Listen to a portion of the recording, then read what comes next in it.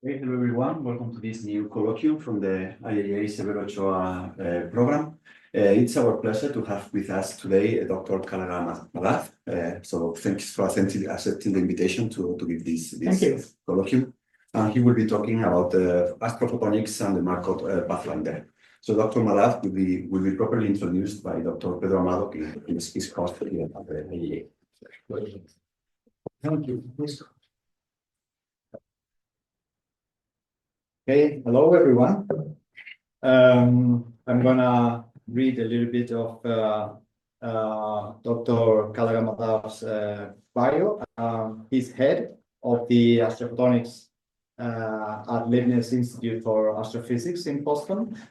His department is leading the development of astrophotonic instruments for both ground-based astronomical observatories and space applications, such as compact spectrographs, frequency comms, beam combiners, Maynard line filters, photonic lanterns, adaptive optics, science-grade detector systems, as well as overseeing the technology transfer from astronomy to diverse applications. And since 2018, he's teaching the astronomical instrumentation and astrophotonics during the summer and winter semesters at the Institute of Physics and Astronomy of the University of Potsdam. Well, without any more ado, I give the floor to Dr. Madhav, and we can start his presentation. Thank you, Pedro. So thank you all for joining, both in person and online. So I'm Kalaga Madhav.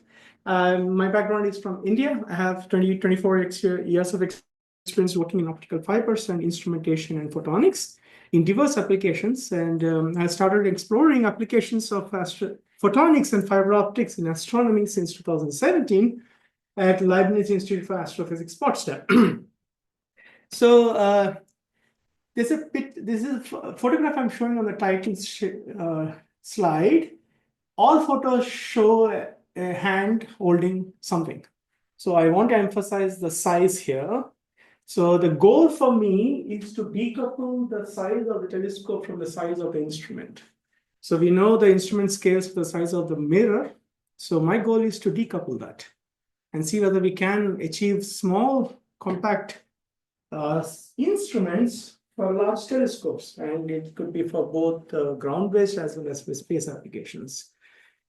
And either is it diffraction limited or is seeing limited. So I would present some topics that we are working on, and also on the MARCOT Pathfinder with which we are working with Kalaga. Right. So, okay.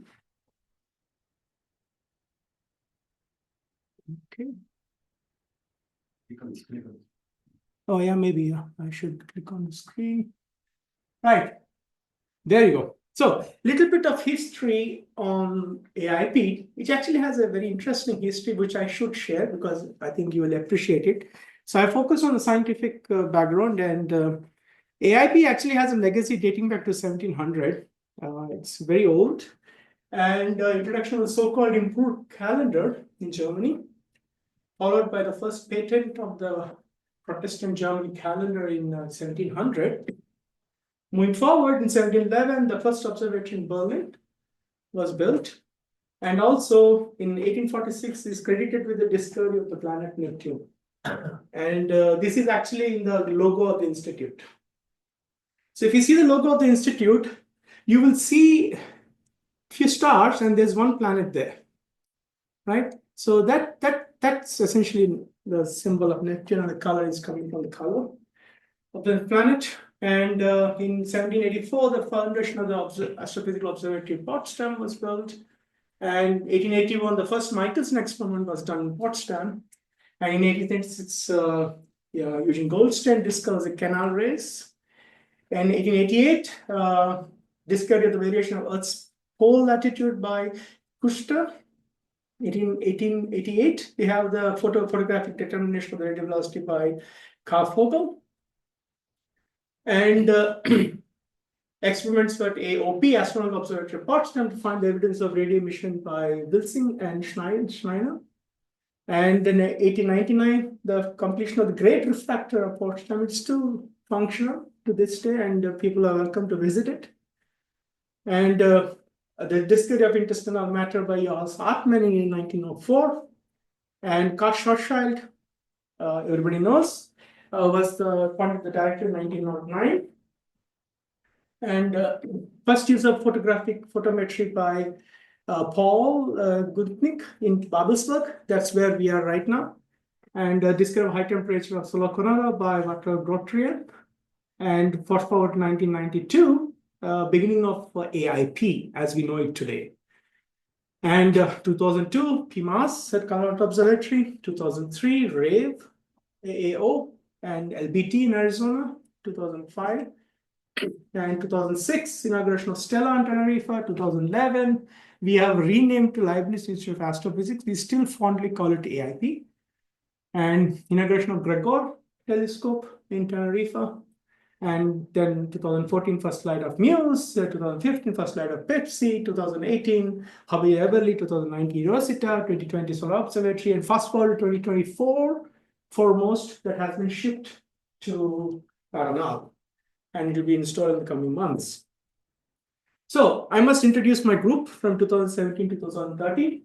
My group is in the first part of it. That's me and my colleagues here. And of course, we also work very closely with our workshop, and there have been a few alumni who have contributed to the work that you're going to see now. So I must mention their name. Okay. So since we are working in photonics, when I say photonics, it's always linked to fiber optics because photonics cannot work without fiber optics. And we are at first we started exploring the near infrared technologies because that was quickly available and we started working them very fast. And since you work with near infrared from government observatory, we have these windows through which you can see. And we have to work in those windows. And that is JH and K-band. And we actually can see certain concept instruments that we have built on these windows. And why these windows are important for astronomy as well, because if IZ numbers, we actually have all those lines shifted into near infrared, and that's where it becomes important. And we also have to deal with background skylight that is coming up here, and we have to filter that so that we can actually observe a very faint science light. So I show you a cartoon here that shows the downstream of the photon traveling from the telescope all the way to the detector. So that's where the photon starts and that's where the photon ends. So everything in between is what we do.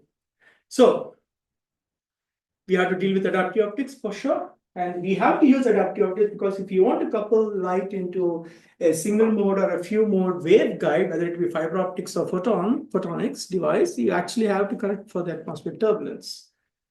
Done? Now, since I say fiber optics and photonics is invariably single mode domain. So I had to move from a multi-mode domain to a single mode domain, which means I have to use a device that distributes a multi-mode structure into multiple single mode structures, which is called a photonic emitter. I'll come to the details now.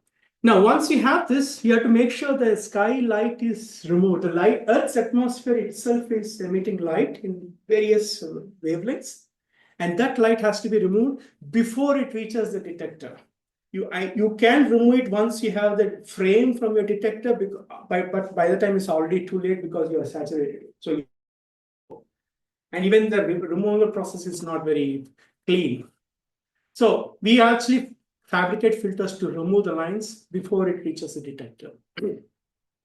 And one good thing is that no matter where you are on the planet, the fingerprint is known, only the intensity varies. You know exactly what wavelengths are going to come. Only the intensity varies. So if you know the wavelengths, you can actually design a filter specifically for those wavelengths. So we do it. And we built a compact spectrograph because now I always believe that once you have coupled starlight into any waveguide, fiber optics or photonics, you should not take it out of it. There is no reason that you should take out the light. So once you are already inside a waveguide, stay there until it comes out of the detector. So we also built a spectrograph based on photonic device that works in waveguide domain, is not in free space domain. So I don't want the light to come out of this free space until it reaches the detector. There's no reason why it should come out. Then we also build frequency comb because why not? Because if you have built a spectrograph, you can also build a frequency comb using photonic component, couple it to a spectrograph chip, which I'll show you. And we also develop our concepts for detectors. Going forward, on the left, I actually show a red waveguide ratings. That's the compact spectrograph on a chip. We have achieved resolution up to 60,000 in H-band. And we also started working on photonic initial ratings.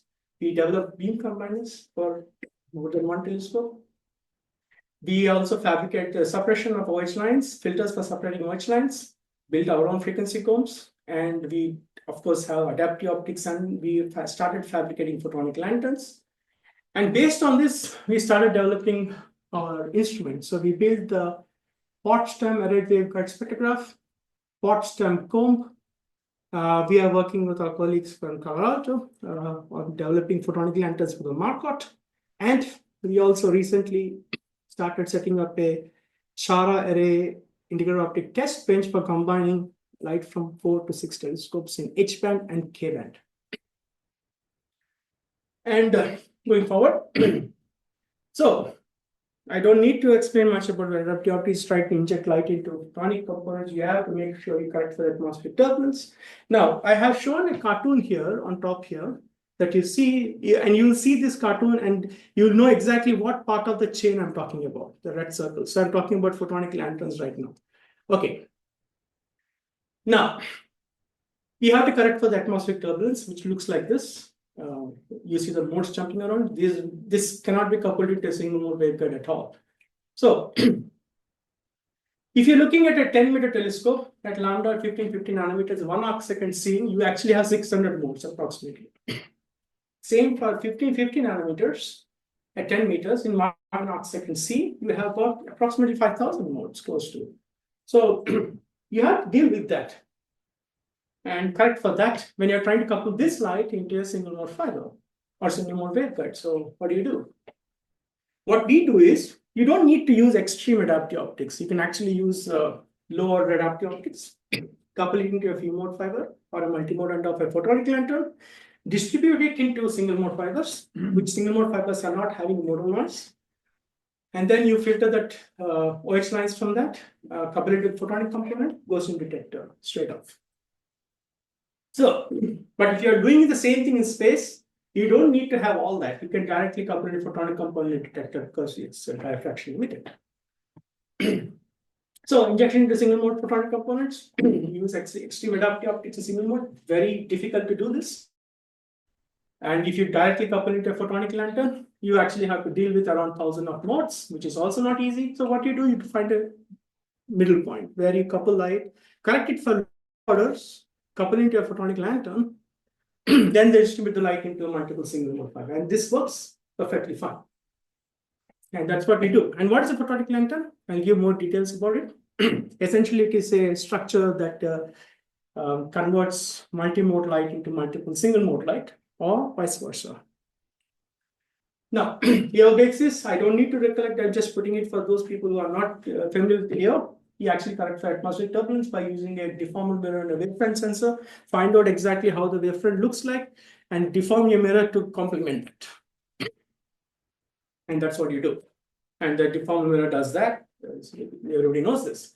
And we actually set up a AO-based system in our lab to find out, understand exactly what kind of coupling can be done into few mode fibers and photonic components. And that's our system. And we actually have a phase screen that actually can emulate the Kolmogorov statistics that we need. And that phase screen can be used to control the properties of coupling into the fiber, or a P-mode fiber, or a photonic lantern, or even a photonic component to see how it performs. All right. Now, photonic lantern.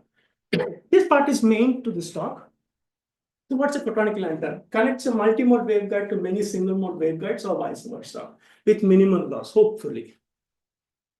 When you do this, you always encounter loss, of course. So you have to make sure you can do it. So what do? You take multiple single mode fibers that you see, put it inside a capillary, a glass capillary, and then melt it and draw it into your multimode fiber. Essentially, that's what photonic lantern is. So you first assemble your preform. Thank you. First assemble your preform, and then you melt it down. It could be in the form of a fiber, or you can fabricate photonic lantern in waveguides using femtosecond lasers. Actually, write them, and people have done this, and it's well done. And Rob Thompson is leading this effort from Harvard University. So we work with him closely. So, curious case of, so now if you go back to this, here you actually see that you're trying to pack cylinder inside a larger cylinder. So how does this packing work? Is it does all packing work? You don't know. So let's find out. So we did some, postdoc John spent some time understanding this. So if you take a capillary, which is around 400 micron, and how many fibers can you fit inside this? Like this. This is the best type packaging you get, hexagonal 7 fibers. Only condition is, if you want to make sure the light is confined, you have to make sure the capillary has a refractive index smaller than the cladding, and the cladding, of course, actually has a refractive index smaller than the core, in that order. So how do you pack? Can you pack 3, 7, 12, 7, 19? It's not. Are all packings good? Let's find out. So, simple packing question. So if you have a diameter D1, you're trying to fix it into D2 or D2 into D1, then the packing density is given by this equation. And what we found is that as you increase the number of circles you want to pack in, you start noticing a certain pattern coming.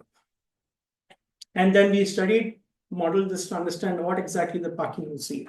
You start noticing certain density peaks. The packing density is better in certain numbers. And that's what you see. So you can do 7, 19, 27, 37, and 61, perhaps, yeah.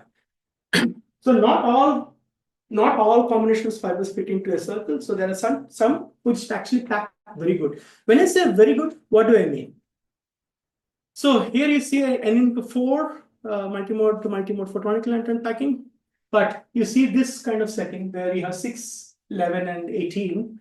These are unusable because you start noticing a lot of gaps here. And these are dangerous because when you melt it and draw it, you'll start catching air pockets, which are going to be very difficult for you to, and it will deteriorate the performance of the lantern. The throughput will be bad. So there are certain usable combinations which you need to use. That's what we understood. And here you see N is equal to 7 packing. This is a lantern that we made. And here is 19. We also made 37. And if you watch closely with 19, we cleaved the fiber just before it was fully fused. You can actually start seeing that you have certain gaps which will fill in as it goes in.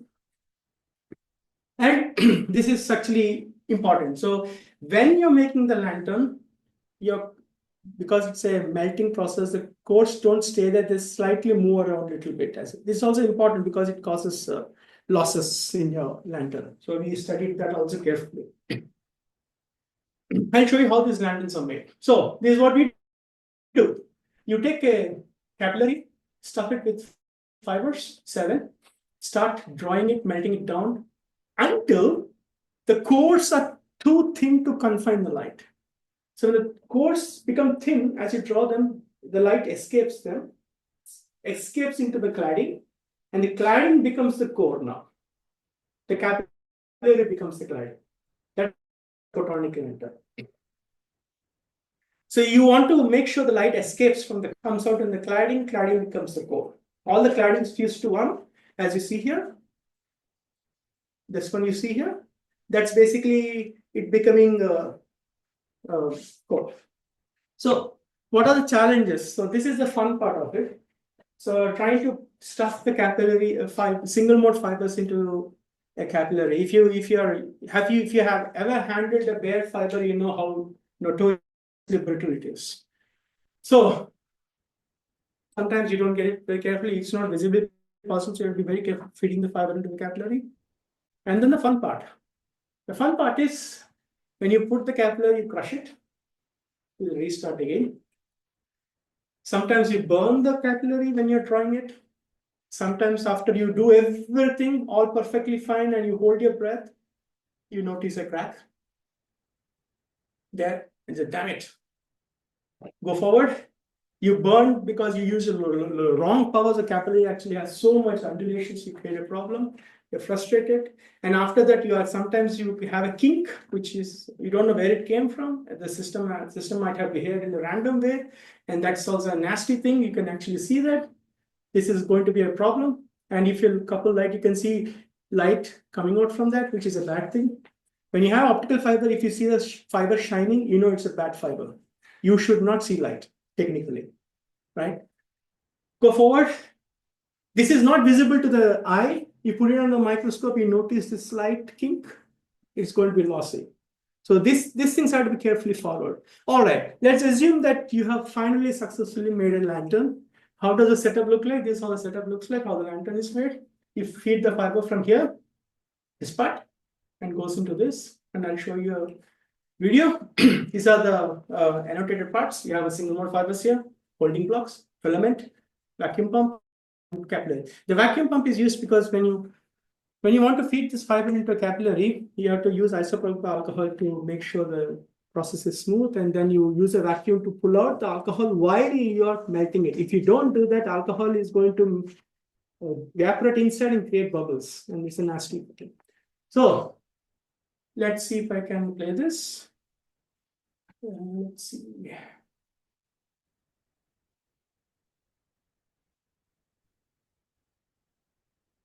That's the fabrication process of a photonic lantern.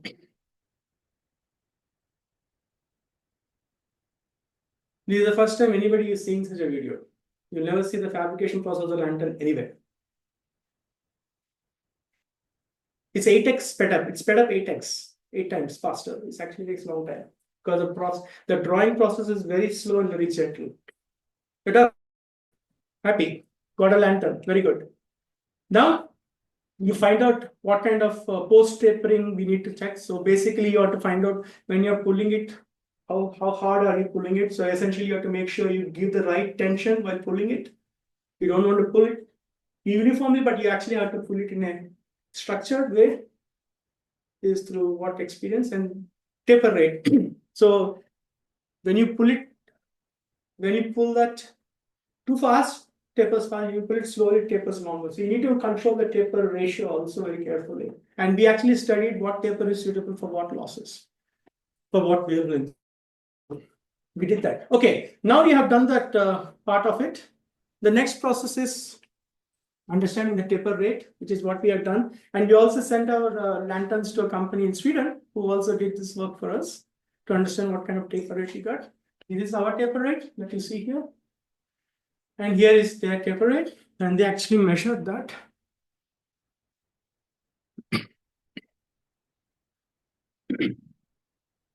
On their system.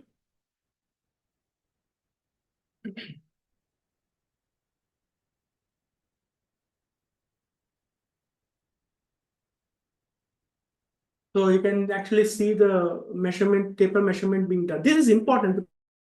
You need to understand that taper is uniform and it actually has structure. It's not undulating, so it's a problem. So you have to make sure you quantify this and qualify this better. All right, that's good. Now I have after all the effort, I got the photonic lantern. Now I need to cleave it because I want to splice it to a patch cord, a multi-mode patch cord. So now you want to how to cleave this problem. This is not also an easy thing.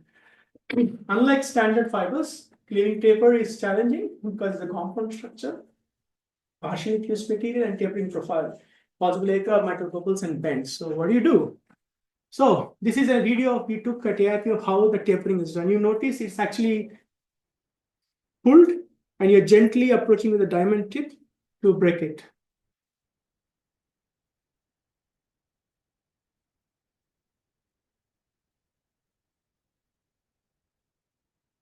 There you go. Perfect taper. It's not always safe. Same with our company in North Labs. They have also done the same process that we have done. They also have a system that can do this, capable, and you actually notice the load here. The fiber is under strain of 90 Gs, 90 grams, and it's actually pulled, and the moment it breaks, it becomes 0. So the tapering process is not an easy thing. You can't use a simple fiber The cleaving process is not simple. So you can't use a simple cleaver. You have to use specialized cleavers for this. So this is something we have to learn to modify how to do this. And you are jogging the anvil now. He's slowly jogging the anvils, approaching the fiber very carefully, and then he has cleaved it. I can see the load became 0 there. And you have cleaved that. That's perfectly fine. All good. Sometimes it looks good to the eye. Look it under the microscope and you know it's nasty. So this is a multi-mode to multi-mode photonic lantern. Good cleave, bad cleave. So this is a problem. So this is going to cause problems for you when you use it in the downstream. It looks very bad sometimes. Could be like this. All right. Now comes the second fun part of it. Because the taper actually has a diameter, your patch cord that you buy from a company actually has a different diameter. So the diameters have to match. So how do you join these two fibers together? It's not an easy task again. So the process looks like this. You can see the video. This is a splicing process of combining two dissimilar fibers together. This is how it looks like.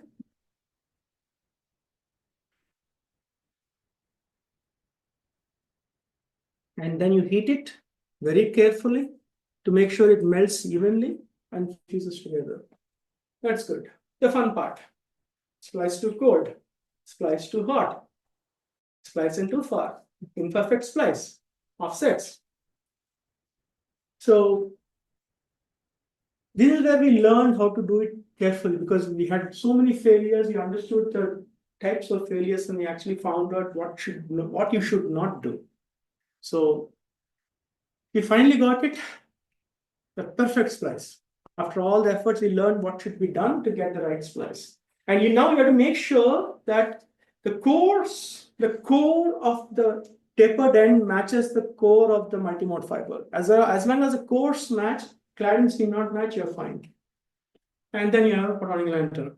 And this is basically the index construction. You can actually see a little bit of core still remaining, but they will not confine light.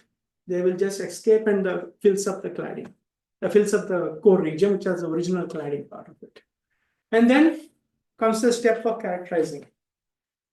So you want to understand throughput, Common dispersion, model noise, focal ratio degradation, so on and so forth, which are not known for photonic lantern. So you need to work on that. So we are building this for the MARCOT Pathfinder. So as most of you already know what MARCOT Pathfinder is, we are working very closely with IAN as well as Claralto for this telescope, which is going to be connected to the harmonies to see whether we can do follow-up research, follow-up studies on exoplanet research. So the concept is hunt and chase. The big telescopes that are expensive to build will do the selection of candidates, and the smaller, affordable telescopes can do the follow-up research and do very dedicated studies of those candidates. That's a point. So if you look at how many hours how many euros per hour you need for a telescope, typically for 10 meters, you need spending 100,000 euro per hour at an observatory, right? Is that how expensive that is? So, but with this kind of designs of telescope, you can actually make it really low cost. That's the point here. And we are looking at the future 5 and 10 meters telescope in the future to enhance the capabilities of Claralto Observatory. So all our PS point to the same target, two operational modes, imaging mode and spectroscopic mode. And the idea is to have a bigger module that can do hunt and chase. So we have the Pathfinder, which is 7 modules, and the idea is to have wider one. So this is a animation of how it should conceptually looking like, basically. All right, so there's a good video on the advertisement from MARCOT and what we are planning for in the future, and what is the current setup of the system we have, and yeah. All right, so for now we have the MARCOT Pathfinder located close to common spectrograph, but in the future we would like to take it to little bit more, many more modules that also connect to the common spectrograph. So we can actually do multiple lanterns connecting to each of these modules, feeding the common spectrograph, for example. So That's the idea. Okay. So because it's a modular structure, it's 1 order of magnitude cheaper than large telescopes of the same primary mirror. It's easier to operate, easier to maintain, replace. And because you have single individual OTAs, you can actually do much more than what you have a single primary mirror. And it's a segmented telescope, not a segmented mirror telescope, telescope. Yeah. All right. So this specific Pathfinder uses a novel kind of photonic lantern, not your traditional photonic lantern, which is single mode to multi-mode. But this one, in single mode to multi-mode, you actually see that the cores are too small to confine light, and the cladding becomes the core. But in multi-mode, novel design that we started doing, the cores still exist, but the claddings are small enough to contain the light, basically. So the claddings become thin, and the cores still exist, cores fuse together and become the multi-mode end of the multi-mode lantern. So that's the idea of multi-mode to multi-mode photonic lantern, that you use the fibers where the core to cladding ratio is very small. You want the cores, you want the claddings to disappear. And that's what we have done. First proof of test we did with 4 fibers. You can kind of see the cladding still in between, but it's no longer capable of confining the light. So light just comes out. And here you can see the complete cladding lighting up, and the capillaries around this is containing it. And you can actually see that in the refract index profile, you can actually see the slight cladding still existing, but it cannot hold the light anymore. And you have this gigantic core, which is your multi-mode core. And that's what we have done. Now, going forward to OH emission lines, everybody knows where the Menon lines come from. You have a layer of hydrogen interacting with ozone at an altitude of 87 kilometers, and the whole layer is about 10 kilometers wide. And you actually have this interaction that creates OH hydroxyl ions, which actually have very short life.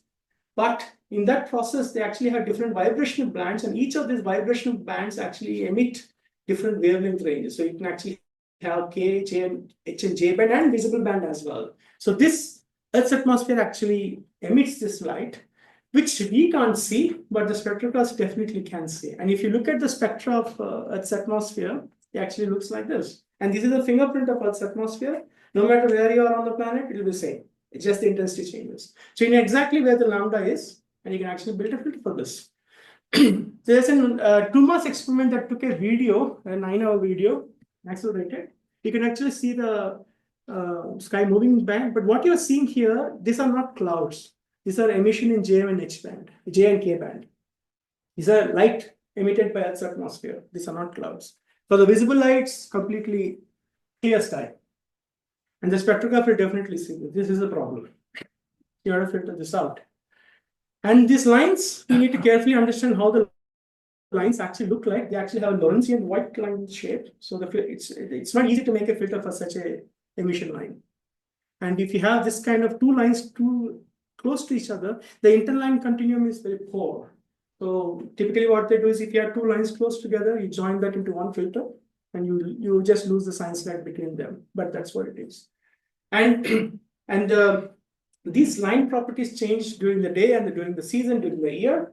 So it's intensity constantly varying. And also the full width half maximum. The full width half maximum also constantly varies. Lambda is very same. So how do you remove these lines?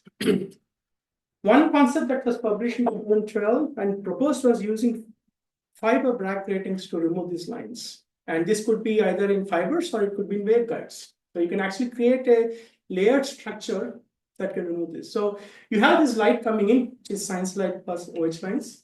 You want the OH lines to be rejected and only transmit the science light.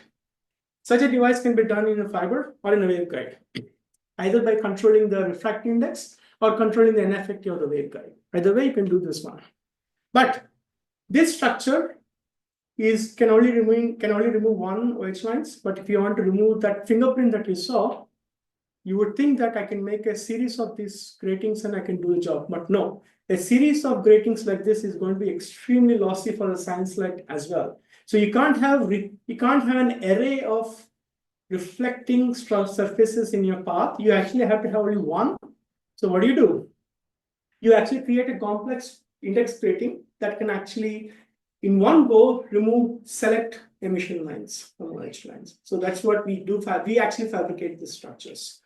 And we can do it 3 different ways. One, because you know the lambda where it's going to come, you can create a diffractive optical element that can imprint a filter structure into a fiber, and that can filter out these OH lines. You can fabricate. So we designed this complex phase mask, this world's first complex phase mask that can remove OH lines.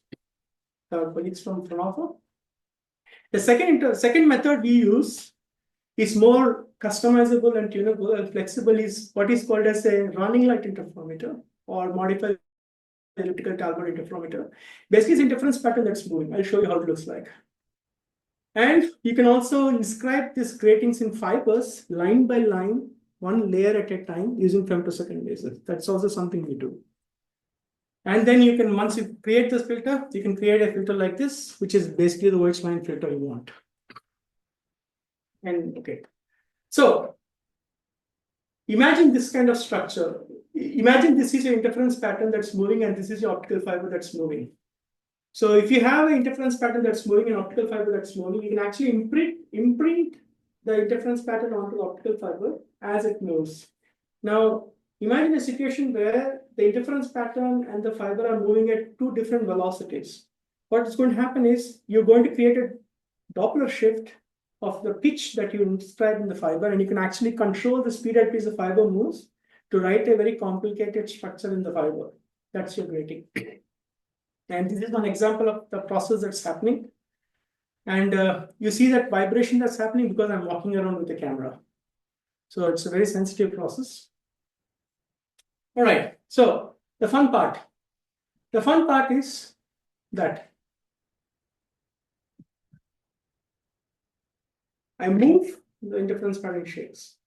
So it's that sensitive. And why it is sensitive? Because I have to make sure the interference pattern is focused on a core of a single mode fiber, which is around 4 to 10 micron, while the fiber is moving at 100 micrometer per second over 20 centimeters. So what kind of a translation stage can achieve that kind of precision in X, Y, Z, pitch, roll, and yaw? So we actually had to design a custom translation stage that can do this. So we have got a stage that can actually do this kind of accuracy, 500 nanometers and 1 micron XYZ. Incredibly stable over, actually it is designed for 50 centimeters, half a meter. We only use 20 of it. We don't use all 50. So this was also custom made, and this interferometer actually has its own interferometer that corrects for the room vibration, room temperature, and room pressure. So all 3 are monitored, and if there are more people walking into the room, the body temperature can increase, the room temperature, that's also corrected in the interferometer. And that's the only facility that we have in Europe, as far as I know. So you can actually remove these lines before the light reaches the spectrograph. You don't need to use software to remove the OH lines in your frames. And we have published with our colleagues in Australia primarily. And there's an example of what happens when you have such a filter and you can actually bring down this background of a detector very low enough to detect very faint sources. Okay, now move forward here, you can see I have moved forward from filters to spectrograph here. Okay, now, like I said in the beginning of the talk, that my goal is to decouple the size of the spectrograph from the size of the telescope. Right? How do you do that? So if you can couple all the light into optical fiber, no matter the size of the telescope, and once I have it into the optical fiber, I connect the optical fiber to a photonic spectrograph on a chip, and I do the job. I don't want the light to exit the fiber anymore. So a photonic right waveguide grating is one such device that uses interferometric methods to actually segregate wavelengths. And we actually have custom designed this spectrograph on a chip and fabricated in a foundry in US. And we have multiple chips here. And around this chip, we build our spectrograph. And this, for example, is a spectrograph that can go from 10,000 to 60,000 in H band, resolving power, a very, very, very low losses. And because this material can actually take more, this design can take more than one fiber. In this case, I can attach 15 fibers to this. So technically, I can attach a photonic lantern from a multimode fiber to this chip, and you actually can access all the light coming from the telescope. And that's what we have done. And we have done many innovations in this one. It's not an off-the-shelf component. We actually cannot use array wave gratings that are usually used for telecommunication, which are not suitable for astronomy. So we actually had to design a different design. For this case, we have a design. We can, in a single chip, you can actually achieve different resolving powers in a single chip. This is the one innovation we have done. The second innovation we have done is to optimizing the grating pitch so that the throughput is very high. This is unique. Third innovation, and we see the performance of system with and without those modifications, why the throughput increases with this design. And here we have symptoms of fabrication errors. So because it's a photonic chip fabricated in at a foundry, their systems actually can achieve certain resolutions, and their resolution actually impacts us. And we actually studied how a given foundry's capabilities actually affect the performance of AWGs we have. And what we found is, as per the current state of the art, if you have the best foundry for fabricating the best spectrograph on a chip, the highest resolution you can achieve is 650,000. That is the highest theoretical resolution you can achieve given the current capabilities of the foundries. Now, foundries cannot always do that, so you always creep in some errors. Those errors actually reduce the resolution down to 80,000, basically. That's how bad that is. So we can achieve 80,000. We didn't try. We stayed at around 20, 30 resolving power, 30,000 resolving power. Okay. Now you have your AWG that can actually do resolve your starlight into multiple wavelengths at very high resolution. One problem is with AWG, you actually have the light coming out at in an angle, a curved angle, and that's going to create a problem. So you see the light is focused along a curve that's called Roland circle. So the light is focused along the curve, and when you cut this chip, so the light comes out of the chip, you actually cut it in this direction like this, which means in this corners, the light is in focus, but you actually have a defocus aberration here. So the current designs, the traditional design for AWG is not suitable for astronomy. However, we have used it. So we did an innovation there also. So the innovation we have done is, instead of having a curved focal plane here, we actually designed AWG with a flat focal plane. So you don't have a defocus aberration anymore. So this is a thing. So if you have a curved focal plane here, you'll notice that at the center it is defocused, but in the corners is focused. That's what you get from such a design. But with this design, you will not see that.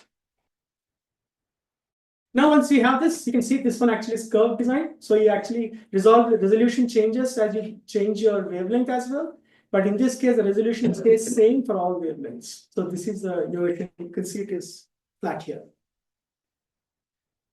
And we compared with our performance of other groups who are working, and we know that we actually can do very good resolving power, very high resolving power at a very low loss. And we have done so many designs of this spectrograph on a chip, various shapes, various designs, and various resolving powers we have tried. So it's a full work actually. And once you have that, we build a spectrograph around it, ground up, completely new, including the cold plate design, cold finger design, radiation shields, cold optics, cold stops, warm stops, Cephalon windows, filters, everything. Gitter, cross disperser, everything completely designed ground up. And this is the spectrograph actually we designed. And here you have your AWG spectrograph on a chip and your chip here. Now, question is, if you already have a spectrograph on a chip, why do you need the rest of it? You already have a spectrograph on a chip. Why is your spectrograph already so big? So we actually deliberately built it this way, because if you see, the chip is sitting here outside, not inside. It's sitting outside, and the rest of the cold optics is inside. We designed it such as, because we want to change different architectures of the chip here so that the rest of it remains same. So we actually have that freedom for the first Pathfinder, as you say. So we build it this way. But in reality, if you want to build a usable spectrograph, you can actually put the chip inside and compress this whole thing down and make it really small. And that's where we have built everything. And Alan and Eloy, our postdocs, who actually helped us to build this. And you can see the cold plate here. And the trick is aligning the optics while it is cold. And then we studied how the different parts of the spectrograph descend. We can actually check the temperature at different locations of the spectrograph to find out where exactly the detector is. And we used the H2RG, Hawaii 2 RG detector for this. It's at 80 Kelvin. And this is one such example of using a different wavelengths pointed at it. And we actually studied how, if there is any misalignment of the cross disperser, to see the circle, it's supposed to be a circle, it becomes an ellipse because of the geometric distortion that you're seeing. And after all the alignment, all the focusing and everything perfect, a chip that was designed to be 27,000 resolving power, end result is we got 10,000 resolving power because of the defocus aberrations and all coming from the free space optics, which is what the problem is. I don't want the light to exit the chip. Why should it exit the chip? It should stay in the chip. So can we do that? The next stage is basically what is called as Cosmos, which is actually a second version of the simple set. Instead of using one chip, if I have a photonic lantern that has 19 fibers, why don't I connect each of these fibers to each of these waveguides, and I can actually use all of the chip. I'm just using right now one, but I can use all the 15 waveguides. And I can build a complicated structure like this, a multi-orbit spectrograph, for example. So I can actually create an IFU with fibers, and each photonic lantern distributes in one multimode fiber into 19 single mode fibers. And the single mode fibers from the photonic lanterns can be distributed across the AWG. So one fiber comes here, the second fiber goes to the second one, third one goes to the third one. I can do that. So which means each AWG can actually access one particular wavelength, the AWG2 can access different wavelengths. So I can get the spectrum of the same object in different wavelengths at different resolutions in one go. So this is what we are right now building. Right. So that's exactly what we do. And here we can actually see whether this light can be coupled in, we can use the entire real estate of the detector. And we can actually assemble the orders of the AWG into the detector very carefully. So we can see which AWG, which light comes where. So we can do this. So this is what we are building right now. For space applications, there's no doubt about it is suitable for space applications. Because if you look at, for example, I took an Juice and Nagi's spectrograph for ESA, which is actually having resolving power of a few thousand, a few hundreds, basically, very low in this spectral wavelength range, and it's quite big. But you can replace that with this. And it is in space, diffraction limited. So what we found out is, can I make it really small, even smaller? So yes, for silicon and silica, we found out if X factor that is important. If you make sure your resolution of your chip is around 2000, you can actually achieve a wavelength band of 300 nanometers, and you don't need cross dispersion. You can put the detector right at the output here. Such a detector right at the output, and you got your spectrograph. So the spectrograph could be the size of a shoebox at a resolution of 2000. Slightly larger than 2000, if you want to go, the shoebox becomes bigger, but it's still smaller than this. Moving forward, we also built our own frequency comb, and the best we have achieved is 25 centimeters per second radial velocity stability. On a regular basis, we achieve 80. Some good days when we are feeling good, we achieve 50. And some of the perfect days, we achieve 25. So this is based on a micro ring resonator device with 4-way mixing. And you can see here one of my postdocs holding the chip mounted on an electronic board, which means this frequency comb tower can be at an observatory connected to internet, and I can actually sit in Potsdam and control the properties of the frequency comb because it's computer controllable. And that's how small the chip looks like. That's all you need to create a. And by the way, this chip here, this actually has 8 different frequency combs on it. I'm only showing one of them here. And I have 99 such chips. Essentially, I have 800 different combs of different FSRs, different ranges. So I'm not going to details of this, how the comb is built, but you're welcome to ask me. We did a strange experiment. In our institute, I have my frequency comb in this building. I have a spectrograph in this building. So I use the institute fiber network to plug in the frequency comb here and take it out there and plug it into the spectrograph. The point of doing this is I can have a comb far away from the spectrograph. Because it's fiber comb, you don't need to be near the spectrograph. That's what we did. So I tested the comb over 22 kilometers of fiber. No problem, it works fine. Only loss of power, but it's still strong enough and very stable. No chromatic dispersion. The fibers, the modern fibers that you get are really good. So you don't have this kind of wavelength problem. So second thing we did, we converted one comb to 4 combs. You can use a simple device like this to distribute the comb into 4 combs. So now I have 4 frequency combs from one comb. And it's all fiber coupled, which means all of them go to different telescopes if you want. And distributed, it can be far away. And the next work we did is photonic beam combiners for La Palma, where we combine light into a photonic chip. Unlike the photonic chips that you saw till now, this is a photonic chip that is fabricated with a laser, and it is a 3-dimensional chip. It is not a 2-dimensional chip. The gravity beam combiner is a 2-dimensional chip, right? It's planar. But if you want to make a much more complicated interferometric circuit, your chip becomes bigger. As the chip becomes bigger, you start having fabrication errors coming in.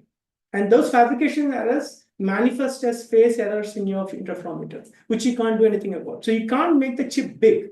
You have to keep the chip small. So the only way you do it, go 3 dimensions. And you can't do photonic 3 dimensions except with ultra-fast laser inscription. And you can actually see this tiny waveguides here. And by the way, there are 1, 2, 3, 4, 5, 6, 7 or 8 different beam combiners in that chip. And it's a 3D beam combiner. So you can actually couple light from 4 different telescopes, or you can couple light from the same large telescope. You can do people mapping. Different parts of the primary can be coupled together. That's what we did. And that's what this looks like. So as the path lengths are varied, you start seeing intensity variation, and those intensity variations can be related to the phase variations in the telescope, and you can build a high resolution image of the star. And we saw the first light in 2019 in William Herschel telescope. And this is a setup where different parts of the primary mirror are coupled into the beam combiner, and that's what we did. So we went from J-band, H-band to K-band, and we moved to Chara array, and we are building a beam combiner for Chara array. And this is a beam combiner that was developed by Harriet University, and we are setting up the complete interferometric optics here. And we actually have set 1 coupling lenses, and you have the beam combiner sitting here. And this is K-band, but it is in the warm. We will be taking this to the cold in the future. It has to be in the cryostat. It can't be in the warm. But this is for the first test, and we are trying to see whether we get light. And we got first light in May 2nd, I suppose. Yeah, May 2nd we saw first light. It came magnitude 4. Now we are taking it to 4, and in the future we take it to 6 and build the cryostat. And we actually have got a telecentric lens for scanning and coupling light into fibers automatically to improve the throughput. And the 4 optics of the Serial 1 camera were converted from H-band to K-band and from f4 to f2.8. And that's basically the presentation I have. And here I'm showing pictures of the first generation of these devices. And if you have questions, please to ask. Thank you.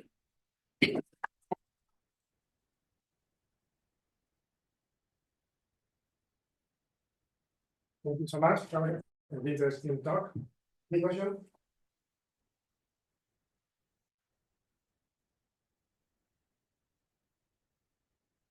Please don't ask. Please ask. So, yeah, thank you for this. I see that there's a lot of development that's going on there. So, one basic question is, are these being tested out in different observatories? Yes, Or- yes. The beam combiner is right now, one of my postdocs right now as we speak is in Pasadena. She is setting up the four-telescope beam combiner set up there in Pasadena. In 2018, 2019, we tested in William Herschel telescope. And we also have a telescope at Babelsberg in Potsdam. And as we speak this week, my colleagues are testing for OH9 filters for that.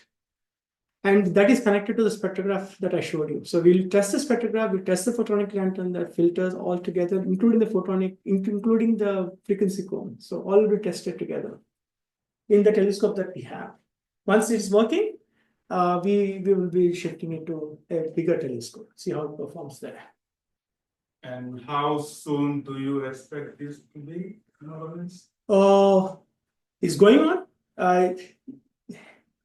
My postdoc has gone to Potsdam, to Pasadena on a 4th expedition. So it takes a long time to do this. It doesn't happen in months. It takes probably a few years to do this. And you have to set up this, you have to make the alignment and set up in the morning with a local 6 telescope simulator in Chara, for example, STS. And then you wait for the night to come and you have some time before the Mirkex or Silmaril people, they said, okay, it's free, you can use. And then you can use the telescope. So you are sharing with other groups. So this process takes time.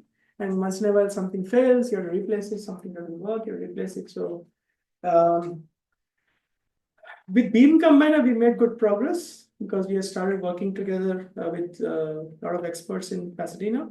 And with OH9s, we are testing it this week as we speak. And photonic lanterns, we have fabricated many right now, and we'll be soon shipping it to Colorado to test it on MARCOT. And in the coming months, we have few experiments, few tests happening. If they are successful, we will scale up the TRL, technology readiness level, to be a facility instrument instead of a visitor instrument. So that's a different ball game altogether. So. More questions? Yeah. Thanks, Kalaga, for a very interesting talk. So after this, after seeing all the developments regarding photonic technologies and imagining how this can be applied to space missions, for instance, or for astronomical space missions, how do you envisage how satellites missions are going to be in the near future when they start using, because I guess this has not been applied yet to any mission in space right now. Yes, you're right. So thank you. So photonics has really not entered into space applications yet. Maybe the reason is because we have to test the radiation performance of these devices in a proper environment to see how radiation affects these devices as we go, how the radiations affect the fibers, and how the radiation will affect the fiber to chip couplers, whether they can withstand the G forces in the ground-based test, whether they can withstand the vacuum and harsh environment of space, which is radiative, as well as high temperature, low temperature variation. So these have to be tested on ground first, and then it can be tested on space application on a very quick high altitude balloon studies or something. But I know for sure that we actually have a group in ESA who are also working closely to follow photonics for space applications, especially for Earth observations, looking at atmospheric sounding, carbon dioxide. One of my master's students actually recently defended a master's thesis. She is just starting a PhD in November with DLR. There's a German Aerospace Department Institute. And they will be doing some high altitude observations and using some techniques. So there are some studies going on in parallel as well. So I guess you need services, you need facilities where they can provide, for instance, this service of putting these devices into an environment Yeah. and radiates the devices with radiation, the Yeah. different types of radiation. Exactly. So they should do the same thing they would do for a standard optical bulk optics system that goes to space. They would do the same thing for this. So they should follow the same. It should pass the same requirements that passes for that. As long as it passes the same requirements, yeah, it should be good. I think no one has done that yet. No one has done that. And it'll be interesting to see because these are low-cost devices, right? And you can replicate them very quickly. So, yeah. More questions? Regarding this spectral graph on a chip, do you really think that this is going to be a substitute of the traditional spectrographs? No, it won't be because traditional spectrographs can access much more of the PSF of the telescope you have. But my point is, it need not replace the existing spectrograph, but it can replace, not replace, it can, like I said, it can be a support spectrograph, I would say, that can actually do the same thing at a higher resolution with less coupling into the chip, but it will not replace Ishals for sure. Ishals are required and people are happy with Ishals. But specifically for space applications, these are better than Ishals. And this can't replace Ishals. Ishals can't replace them. Especially if you have, for example, Mars rover or something, where you can have a spectrograph sitting at a very high resolution. I can achieve 100,000 resolving power with this, and you can't do that with the Ishal. Ishal is going to be very difficult. It will be bulky, it will be heavy, and the launch process is going to be difficult for that, or alignment is going to be difficult. This is much more suitable. For example, if you look at NearCam or NearSpec, for example, their resolving power is low compared to what this could achieve. And you're in diffraction limited environment already. So it could have been a photonic chip, right? So, and you would do what you're doing at 9,000 resolving power, you can do it at 30,000 resolving power in diffraction environment. So for space applications, excellent. And how complex in terms of time and also budget? So I know for a fact that there are colleagues who are working on CubeSat projects, and they are testing the performance of compact photonic-based nulla interferometers and the beam combiners in space for a CubeSat project. That's the first beginning to understand what are the parameters is going to influence here. We are now embarking on a project in the next 4 years to really make this smaller, specifically for space applications, to see whether the chip, the detector, the fiber all can be put together in a very tight form factor with no moving parts or no bulk optics in between, so that it can be, it can pass the rigorous tests that typically a space module goes through. So this is something we, in the next 4 years, we are going to embark on, focusing on space applications specifically. I think it will take at least 5 years before we see a conceptual system in space, at least. Yeah. Someone else? Okay, so we thank again to Kalaga for this fantastic talk. Congratulations for all the four and all the nice experiments. Oh, I had to pass on the congratulations to my colleagues. It's their work. Thank you so much.